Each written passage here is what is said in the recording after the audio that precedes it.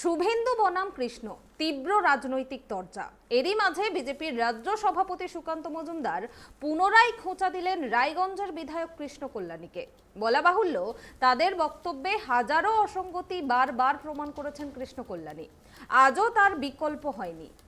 ইসলামপুরের জনসভার মঞ্চ থেকে রায়গঞ্জের বিধায়ক কৃষ্ণ কল্যাণীর বিরুদ্ধে তোলা 100 দিনের গাছ চুরির অভিযোগ অস্বীকার করে পাল্টা সুকান্ত মজুমদারকে লজিক্যাল প্রতিক্রিয়া দিলেন কৃষ্ণ কল্যাণী। দুজন বিধায়ক ভারতীয় জনতা পার্টি জিতেছিল, দুজন গদ্দারি করেছে।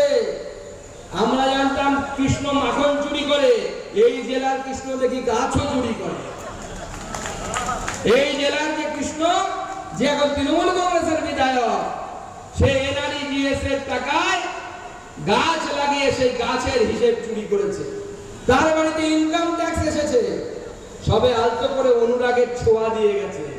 অপেক্ষা করুন কয়েকদিন, এই কৃষ্ণর এমন নাচ দেখবেন আপনারা, দেখে হাততালি দেবেন।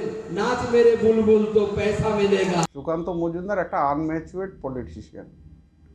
আজকে প্রথম কথা তো আমি এমজি এনার্জিসেতে কোনো সাপ্লাই করিনি, আর আমার কোম্পানি সাপ্লাই করেছিল এফডিসিতে, ফরেস্ট ডেভেলপমেন্ট কর্পোরেশন, আর সেই সাপ্লাইটা হয়েছিল ফিনান্সিয়াল ইয়ার 2018-19, আর বিধানসভা হলো 2021। আমার যদি কোনো চুরি কিংবা অসহ্য ইমেজ থাকতো, তাহলে এই অসহ্য ইমেজকে কি ভারতীয় জনতা পার্টি টিকিট দেয়? তার এই কোশ্চেনের জবাবটা আগে উনি দিক। তার মানে কৃষ্ণ কল্যাণী যে স্বচ্ছতার ছিল আর কোনো দুর্নীতির সাথে যুক্ত নয়, সেই ইমেজেই কৃষ্ণ কল্যাণী টিকিটটা পেয়েছিল। আর সেই টিকিট পাওয়ার পর রায়গঞ্জবাসী সিলমোহর লাগিয়েছে, আর কৃষ্ণ কল্যাণী 21,000 ভোটে জিতেছে। তো আজকে এই ধরনের উক্তি উনি করছেন, ওনার মানে নিম্নতম জ্ঞান নেই।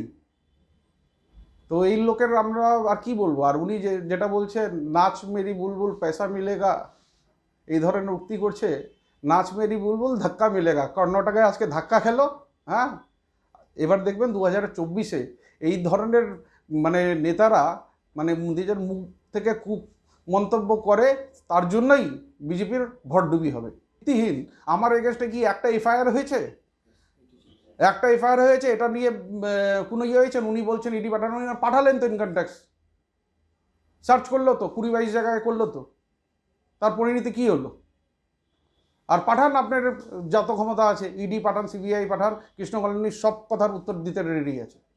আপনি যেমন শুভেন্দু অধিকারীর ব্যাপারে বলেছিলেন যে তার বিরুদ্ধে মানহানির মামলা করবেন, এই ক্ষেত্রে কি করবেন? হ্যাঁ, শুভেন্দু অধিকারীর মতো এই ক্ষেত্রে কি করবেন? আরে যার মানি নাই তার আর হানি কি করবো আমি?